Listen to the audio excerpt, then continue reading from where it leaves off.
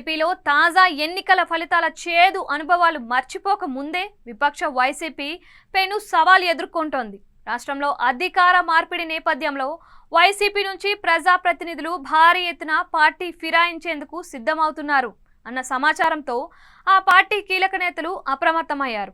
ఈ క్రమంలోనే వరుసగా ఎమ్మెల్సీలు, ఎంపీలు, స్థానిక సంస్థల ప్రజా ప్రతినిధులతో వరుస సమావేశాలు ఏర్పాటు చేస్తున్నారు. రాష్ట్రంలో తాజాగా జరిగిన ఎన్నికల్లో అధికారం కోల్పోవడం ఒక ఎత్తైతే వచ్చిన సీట్ల సంఖ్య మరీ దారుణంగా ఉండడంతో వైసీపీ వేగంగా తమను నమ్ముకున్న ప్రజాప్రతినిధుల్లో నమ్మకం కోల్పోతున్నట్లు తాజా పరిణామాలు స్పష్టం చేస్తున్నాయి.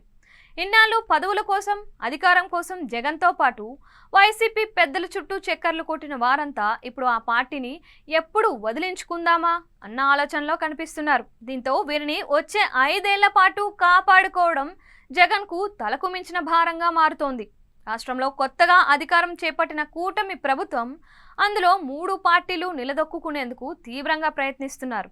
అదే క్రమంలో విపక్ష వైసీపీని నామ రూపాలు లేకుండా చేసేందుకు ప్రయత్నాలను ముమ్మరం చేశారు. ఇందులో భాగంగా వైసీపీ ఎమ్మెల్సీ, ఎంపీ, స్థానిక ప్రజాప్రతినిధులపై ఫోకస్ పెట్టాయి. సాధ్యమైనంత ఎక్కువ మందిని తమ వైపు తిప్పుకోవడం లేదా వైసీపీకి దూరం చేసేయడం ద్వారా రాష్ట్రంపై రాజకీయంగా పూర్తి పట్టు సాధించాలి అనే ఆలోచనలో కనిపిస్తున్నాయి.